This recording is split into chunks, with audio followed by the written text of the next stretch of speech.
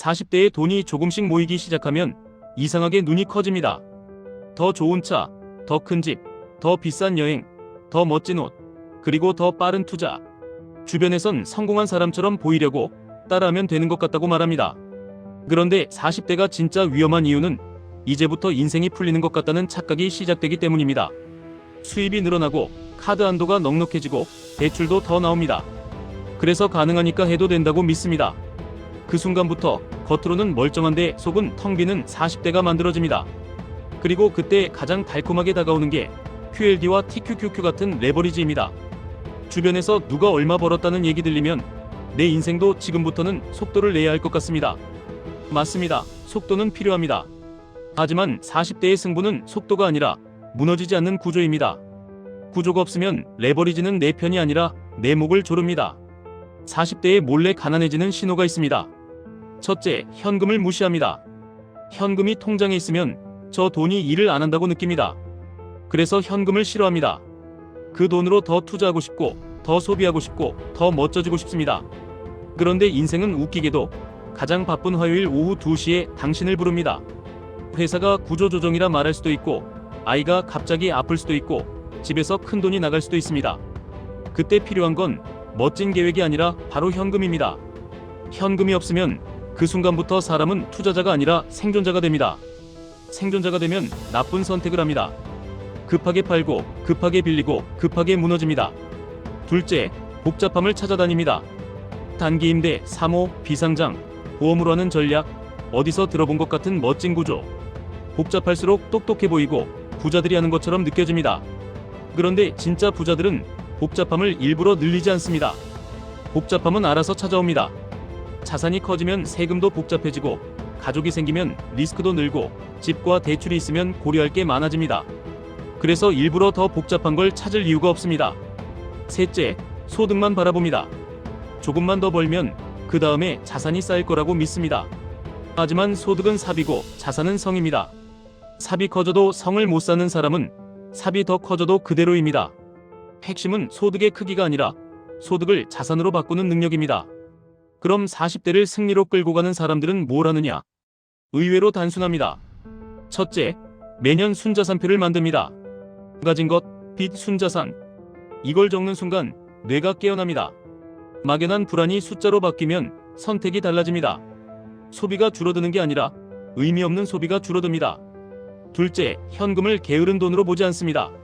현금은 쓰레기가 아니라 도구입니다. 현금은 안전장치이면서 기회입니다. 시장이 흔들릴 때, 다들 패닉일 때 현금이 있는 사람은 평정심을 가집니다. 평정심은 수익률을 만듭니다. 흔들리는 순간에 매도 버튼을 누르지 않는 힘, 그 힘이 현금에서 나옵니다. 그리고 기회가 왔을 때, 남들이 현금이 없어서 못 살 때 나는 살 수 있습니다. 그게 현금의 두 번째 능력입니다. 셋째, 단순한 규칙을 시스템으로 만듭니다. 감정이 아니라 시스템입니다. 여기서 QLD와 TQQQ가 등장합니다. 레버리지는 나쁜 게 아닙니다. 문제는 레버리지를 감정으로 잡는 것입니다. 40대는 책임이 많습니다. 가족, 대출, 건강, 커리어. 그래서 레버리지는 더더욱 시스템으로만 다뤄야 합니다. 제가 추천하는 40대 레버리지 시스템은 이렇게 생각하시면 됩니다. 밥과 양념입니다. 밥이 없는데 양념만 퍼먹으면 속이 망가집니다. 밥은 기본 인덱스와 현금 흐름입니다. 양념이 QLD와 TQQQ입니다. 양념은 맛을 올리지만 양념이 주식이 되면 인생이 자극 중독이 됩니다. 시스템의 첫 번째 층은 현금 방어층입니다. 최소 몇 개월치 생활비는 투자 수익을 위해 희생하지 않습니다. 이 돈은 수익이 목적이 아닙니다. 삶을 도로 밖으로 떨어지지 않게 하는 가드레일입니다. 두 번째 층은 자동 매수층입니다. 내가 잘할 것 같아서가 아니라 내가 흔들릴 걸 아니까 자동으로 갑니다. 월급날 다음날 일정 금액을 자동으로 투자합니다. 시장이 좋든 나쁘든 내 의지와 상관없이 돌아가게 만듭니다. 이게 40대 승부의 핵심입니다. 세 번째 층이 레버리지 운용층입니다. 여기서 QLD와 TQQQ를 분리합니다. QLD는 기본 가속 장치, TQQQ는 고속 부스터입니다. 부스터는 항상 켜두는 게 아니라 조건이 맞을 때만 씁니다. 조건이 없으면 인생이 아니라 도박이 됩니다. 조건은 복잡할 필요가 없습니다. 본인이 이해할 수 있을 만큼만 단순하게 만드십시오. 예를 들면 비중을 제한합니다. 레버리지는 포트폴리오 전체를 먹지 못하게 합니다. 그리고 매수는 분할로 갑니다. 한 번에 들어가면 결국 감정이 개입합니다. 또 하나 목표를 정해둡니다. 수익이 났을 때 일부 이익을 현금으로 빼서 방어층을 두껍게 하거나 기본 자산으로 옮깁니다. 이 과정이 있어야 레버리지가 내 편이 됩니다. 여기서 중요한 말 하나만 하겠습니다. 40대는 한 방이 아니라 연속으로 이기는 게임입니다. 한번 크게 먹고 끝낼 수 있는 시기가 아닙니다. 그래서 QLD, TQQQ를 하더라도 내 삶이 흔들리지 않게 만들어야 합니다. 수익률보다 중요한 게 내 멘탈이 무너지지 않는 구조입니다. 그리고 제일 마지막, 40대 부자의 공통점은 정말 별거 아닙니다. 덜 벌어도 싸는 사람입니다. 더 벌어도 새는 사람은 평생 새게 되어 있습니다. 무는 소득이 아니라 남기는 능력입니다. 남기는 능력은 현금을 존중하고 복잡함을 거절하고 시스템을 고집하는 데서 나옵니다. 정리하겠습니다. 40대에 몰래 가난해지는 길은 가능하니까 해도 된다고 믿는 순간 열립니다.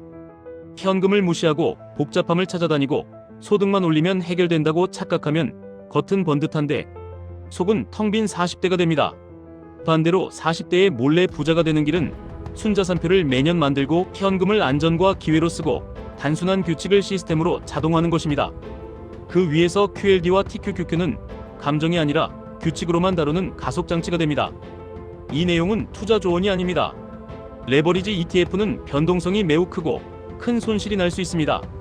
본인 상황과 리스크 감내도를 먼저 확인하셔야 합니다. 다만 한 가지는 확실합니다. 40대의 승리는 똑똑한 상품이 아니라 무너지지 않는 시스템에서 시작됩니다. 오늘 통장 잔고가 아니라 순자산표부터 열어보십시오. 그게 40대를 바꾸는 첫 번째 버튼입니다.